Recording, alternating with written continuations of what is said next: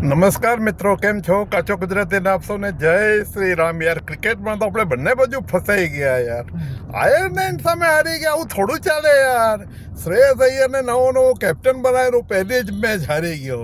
વૈભવ સૂર્યવંશી ના, એને તો લીધો જ નહોતો. કેમ બે? અમારી પાસે તો જગ્યા નથી. અમારી પાસે તો સિનિયર પ્લેયર છે. મને તો મોહિન્દર અમરનાથ યાદ આવી ગયો. આપણે 1983 વર્લ્ડ કપનો હીરો, જે આખા વર્લ્ડ કપનો man player of the world cup હતો 1983નો. અહીંયા આવીને સીધી સિરીઝ આવી, ટેસ્ટની તો ડ્રોપ કર્યો એમ કે. એટલે લોકોએ પ્રેસ જર્નાલિસ્ટે પૂછ્યું કે કેમ ડ્રોપ કર્યો. બોર્ડને પૂછ્યું તો કે he is not fitting into the scheme of the things. એટલે મોહિન્દર અમરનાથે કહ્યું કે selectors are the bunch of jokers એમ કે. મને બી એવું લાગે છે, selectors are the bunch of jokers. અરે યાર, સુંદરને રમાડો છો. એક ઓવરમાં 19 રન આપી દીધા, 15 બોલમાં 11 રન કર્યા. એ વૈભવ સૂર્યવંશીને રમાડો યાર, 15 વર્ષનો, આટલી બધી એનર્જીથી બબલિંગ કરતો છોકરો છે. શું કામ ના રમાડો તમે? શું કામ? મને કહો તો ખરા તમે. આવું ના ચાલે યાર ભાઈ. એક તો અભિષેકનો શું છે, 50 રન કરે એટલે જાણે બસ મારું કામ પૂરું થઈ ગયું. 10 ઓવર પછી ક્યારેય રમતો નથી, કેચ આપીને આઉટ થઈ જાય છે. અરે ગિયર ચેન્જ કરતા આવડે ભાઈ, ઓટો ગિયર પર ના ચાલે ભાઈ. આ ક્રિકેટ છે, આમાં તો મેન્યુની ગિયર ચેન્જ કરવા પડે. તમારા 6 ઓવર થઈ જાય એટલે 6-4ના ગિયરમાંથી સિંગલ 1માં આવવું પડે. 20 ઓવર રમવાનું ટાર્ગેટ રાખવું પડે, ઇન્ડિયાને જીતાવવાનું ટાર્ગેટ રાખવું પડે. અભિષેક, તું રોજ ફોર્મમાં નથી હોતો અને દરેક જણ રોજ ફોર્મમાં નથી હોતા. જે લોકો ફોર્મમાં હોય એમની જવાબદારી છે. આ તો મારા 50 થાય એટલે હેન્ડવા માંડ્યો કેચ આપીને. આવું થોડું ચાલે ભાઈ યાર. અને શ્રેયસ અય્યર તો હમણાં નવો આવ્યો છે, આવીને સીધો જ કેચ આપી દીધો. થોડો સમજતો સહી બોલને. કે ઈશાન કિશને બી એવું જ કર્યું. સેમસંગ તો બહારનો પણ અંદર લઈ આવ્યો. આવું ચાલે. બોલિંગમાં બી એવું જ એનું. પ્રશાંત કૃષ્ણ જે છે આપણો પ્રસિદ્ધ કૃષ્ણ, કેટલા બધા રન આપી દીધા, 56-58 રન આપી દીધા. 19 રન સુંદરે આપી દીધા. 58 રનમાં ચાર જ્યારે આયર્લેન્ડના હતા એ પછી કરી ગયા. આપણી ખરાબ બોલિંગ અને એવરેજ ફિલ્ડિંગને કારણે. બેટિંગનું તો કહેવાનું જ શું હવે, ભંગાર બેટિંગ યાર. અરે ભાઈ, શિવમ દુબે તું આવીને 25 રન કરે છે તો આઉટ કેમ થાય છે? તારે છેલ્લે સુધી રહેવાનું છે, ભાન નથી પડતું. તિલક વર્મા, તું તો વાઇસ કેપ્ટન છે, તારી જવાબદારી વધારે નથી? 2 છગ્ગા મારીને બસ પૂરું થઈ ગયું તારું કામ. કોઈ જવાબદારી વગર બધા રમે છે. T20 એટલે આવીને ઠોકવાનું, ટાર્ગેટ જોવાનું જ નહીં ભાઈ. 183 રન મારવાના છે ભાઈ. આવું થોડું ચાલે યાર. વેરી વેરી અનફોર્ચ્યુનેટ આયર્લેન્ડ સામે પહેલી વાર ભારત કોઈ બી ફોર્મેટમાં હાર્યું. હજી સુધી કોઈ બી ફોર્મેટમાં હાર્યું નથી અને આ લોકોને તો હેડ્સ ઓફ ટુ આયર્લેન્ડ. બહુ સરસ રમ્યું. એ લોકોને જેટલા વખાણ કરી એમના કેપ્ટનશીપથી માંડીને બેટિંગ, બોલિંગ, ફિલ્ડિંગ, બે જે ડેબ્યુટ કરતા બોલર હોય, બે ભેગા થઈને 5 વિકેટ તો એમણે જ દઈ લીધી. વિચાર કરો, ટોપની વિકેટ. ખરેખર કહેવું પડે, આયર્લેન્ડના વખાણ કરવા પડે. બીજી મેચ છે સન્ડે, જોઈએ હવે શું થાય છે, કંઈ સુધરે છે કે નહીં, વૈભવને લે છે કે નહીં અને જવાબદારીથી રમે છે કે નહીં આ લોકો ભાઈ.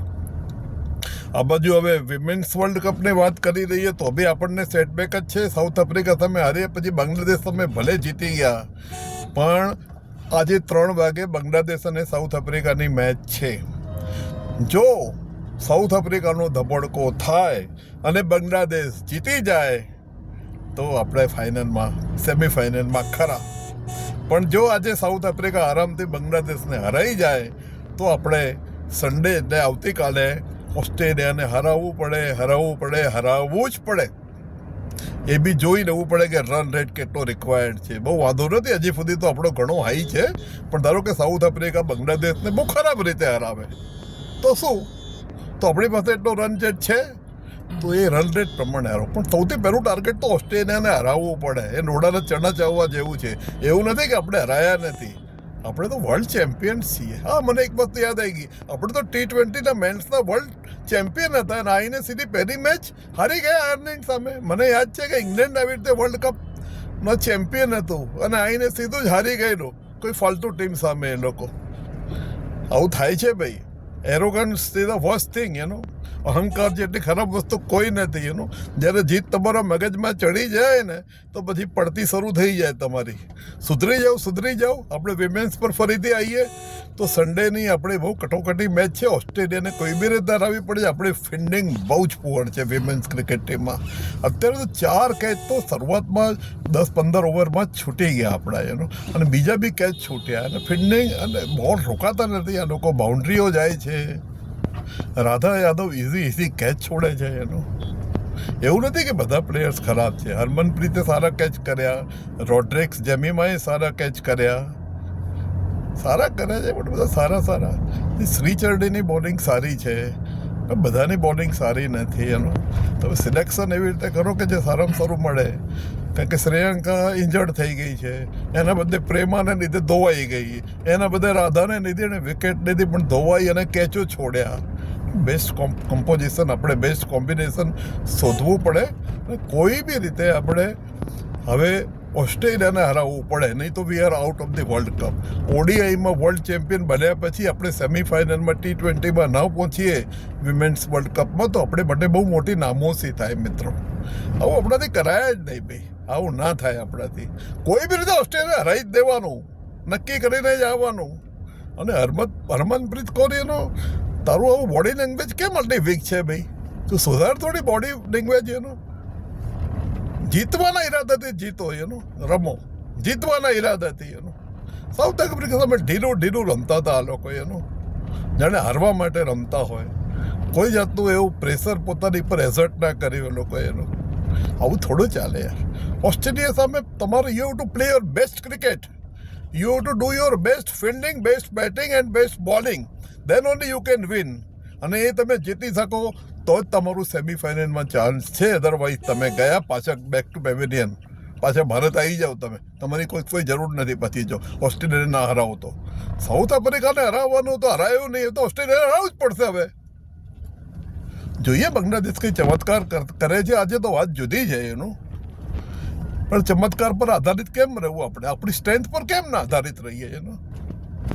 મિત્રો, મને લાગે છે આપણે ક્રિકેટમાં બધું કવર કરી લીધું છે અત્યાર સુધીનું. વર્તમાન જે ચાલે છે T20 આપણી મેન્સની ચાલે છે, વર્લ્ડ કપ વિમેન્સ T20 ચાલે છે. અને આજે 3 વાગે સાઉથ આફ્રિકા અને બાંગ્લાદેશની મેચ છે, અને આવતીકાલે સાંજે 7 વાગે આપણી અને ઓસ્ટ્રેલિયાની મેચ છે, અને આવતીકાલે 6 વાગે ઇન્ડિયા અને આયર્લેન્ડની બીજી T20 છે. તૈયાર થઈ જાઓ મિત્રો. આભાર. Thank you so much. So nice of you.